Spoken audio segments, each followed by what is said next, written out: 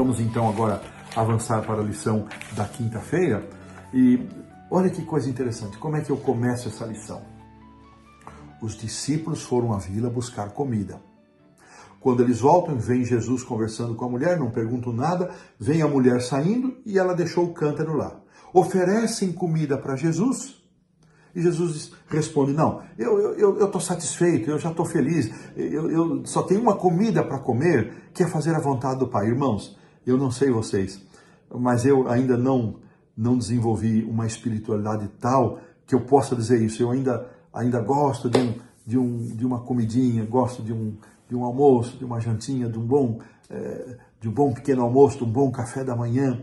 Ainda preciso disso. Mas Jesus surpreende dizendo, olha, a minha comida fazia a vontade do Pai. Ele tinha algo maior. A satisfação de Jesus. A satisfação de Jesus foi tão grande que o seu cansaço, a sua sede, a sua fome foram saciadas com aquele diálogo com a mulher. Que coisa impressionante. E Jesus, então, ele menciona alguma coisa sobre aqui no verso 35. Vocês dizem que ainda faltam 4 meses para a ceifa. Eu, porém, vos digo, erguem os olhos. E vejam que os campos já estão branqueando. Claro, aqui o comentário é que os campos estavam em processo de maturação, ainda não era tempo, faltavam 4 meses. Muito possivelmente, de acordo com as compreensões das estações dos tempos, eles estavam ali no final do ano, dezembro aproximadamente, talvez início, meio de dezembro, e Jesus faz esta reflexão, né? E quando Jesus diz que o ceifeiro ele vai recebendo a sua recompensa, e ele diz, olha, é verdadeiro aquele ditado, um é o semeador, outro é o ceifeiro, e eles, vocês vão semear aquilo que não, vocês vão colher aquilo que não semearam. Muito possivelmente Jesus se referia ao trabalho dos discípulos, que muito daquilo que os discípulos iriam colher estava sendo semeado agora por Jesus. Quando Jesus está dizendo isso, e esse diálogo vai transcorrendo, a mulher está voltando com os samaritanos. E aqui vem um ponto que é o ato 2 do ápice 2, né? O ato 1 é a mulher indo com o cântaro, deixando o cântaro e vai. Chegam os discípulos e agora uma multidão, não sabemos quantas pessoas, se 10, 20, 30, 50, não importa. A mulher está trazendo. Veja, os discípulos foram a Sicar. E eles consideraram aquelas pessoas indignas, apenas uma relação comercial fria, preconceito, nenhuma oferta de salvação, nenhuma oportunidade, nenhuma palavra de salvação, absolutamente nada. Os discípulos voltam apenas com aquilo que eles queriam para a sua alimentação e nada mais. A mulher volta com um grupo de pessoas para serem alvo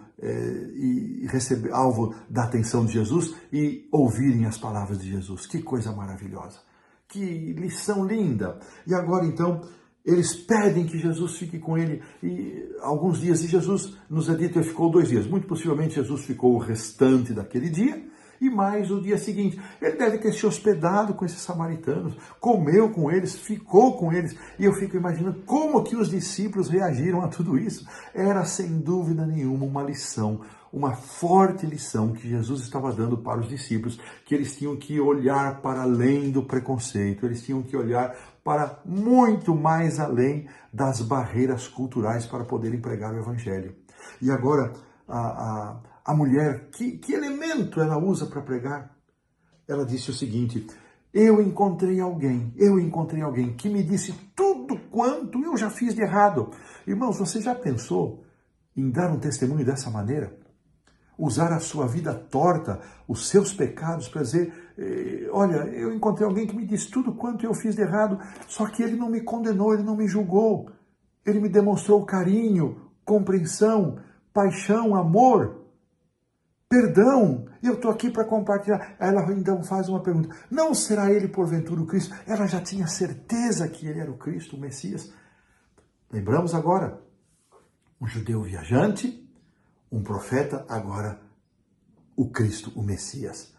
ao dizer isso para os seus irmãos, aos seus vizinhos, não é que ela duvidava que Cristo, é como se Filipe estivesse dizendo, como disse a Natanael, vem e vê, olha, venham comprovar vocês se ele de fato não é o Cristo. Eu tenho certeza, mas comprovem vocês. Então, quando eles vão até Jesus, aí vem o verso 42, que foi o objeto do nosso verso para memorizar. Eles diziam à mulher, agora já não é pelo que disseste que nós cremos, mas porque nós mesmos temos ouvido e sabemos que este é verdadeiramente o Salvador do mundo. Olha que coisa interessante. Ellen White faz um comentário nesse mesmo capítulo. Jesus estava saindo da Judeia, onde ele fizeram muitos sinais.